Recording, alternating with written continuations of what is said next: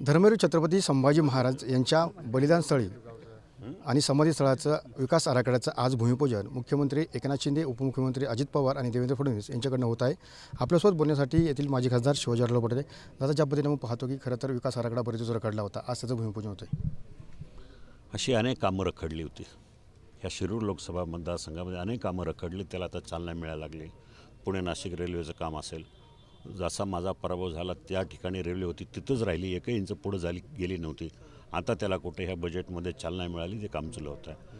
ह्या धर्मवीर संभाजी महाराजांच्या विकास आराखड्याच्या संदर्भामध्ये हा प्रश्न आजचा नाही तर गेले 7-8 वर्षापासूनची लोकांची मागणी आहे।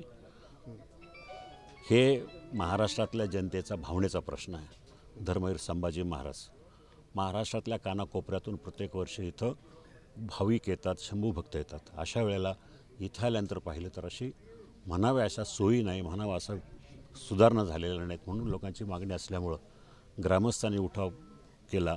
ग्रामस्थांची मागणी होती, सगळ्यांची मागणी, समितीची मागणी होती, सगळ्यांनी मागणी करून विकास आराखडा सुरुवातीला बाबुराव पाचरणे आणि मी खासदार असताना, ते आमदार असताना आम्ही 135-140 कोटी रुपयाचा विकास आराखडा सादर केला, पण त्याच्यावर काही झालं नाही, तसंच पडून राहिला। नव्यानं आलेले खासदार आणि आमदार त्यांनी त्याचा पाठपुरावा केला, परंतु फक्त विकास आराखडाच तयार झाला, त्याच्यावर काही ॲक्शन झाली नव्हती, फक्त बैठका झाल्या।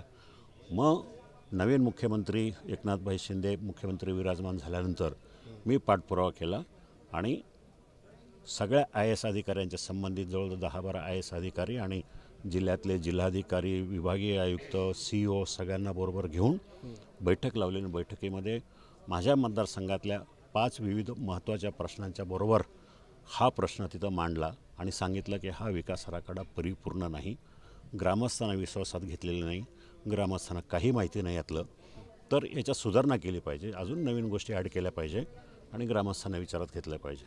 आज माझ्याकडे मिनिट्स आहे त्या मीटिंगचे मुख्यमंत्री कार्यालयातले, की माजी संसद सदस्य शिवाजी आढळराव यांनी सूचना केल्याप्रमाणे त्यांच्या सूचना विचारात घेऊन ग्रामस्थांशी चर्चा करून नवीन विकास आराखडा सादर करावा 1 महिन्याच्या आतमध्ये, आणि तो विकास आराखडा मी सादर केला 397 कोटी रुपयाचा। आणि मला सांगायला आनंद आहे, ह्या सरकारनं फक्त अवघ्या 8 दिवसामध्ये तो विकास आराखडा मंजूर करून त्याच्यावर 397 कोटी रुपये टाकले।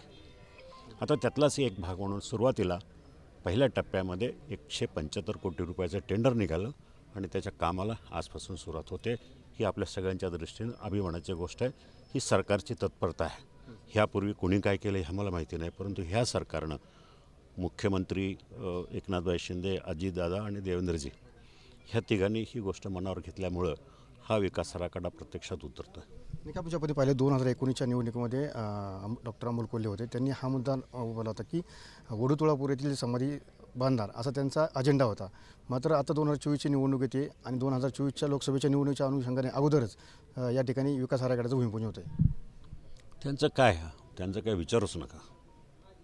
त्यांनी अनेक घोषणा केल्या, ह्या विकास आराखड्याच्या संदर्भामध्ये काही फारसं काही पत्र लिहिणं, कुठं काही करणं याच्या व्यतिरिक्त त्यांनी काय केलं आहे मला तरी माहिती नाही, परंतु वस्तुस्थिती अशी आहे, ह्या विकास आराखड्याच्या कामाला खरी सुरुवात झाली जी 15 सप्टेंबर 2022ला मी जी बैठक घेतली मुख्यमंत्री कार्यालयात, त्याच्यानंतर त्याला सुरुवात झाली। तुम्ही अजून म्हणलं की शिरूर लोकसभा मतदारसंघातील अनेक विकास कामं रखडली, अजून काय विकास कामं रखडलीत, तुम्ही काय देत होणार?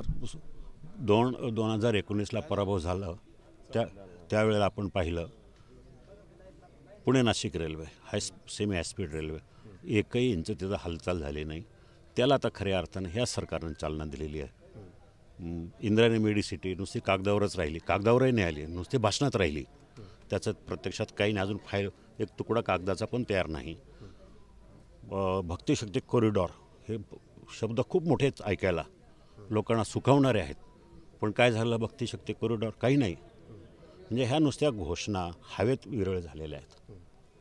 नक्कीच आपण ज्या पद्धतीने पाहिलं की डॉक्टर अमोल कोल्हे यांनी जे फक्त घोषणा केल्यात, ह्या घोषणा फक्त हवेत विरळ झाल्याचं विधान या ठिकाणी माजी खासदार शिवाजी आढळराव पाटील यांनी केलेलं आपल्याला पाहायला मिळत आहे।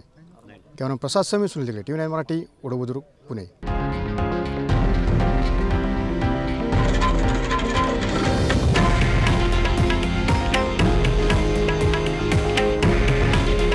हे आहे देशातील नंबर 1 न्यूज नेटवर्क आणि आपण पाहत आहात TV9 मराठी.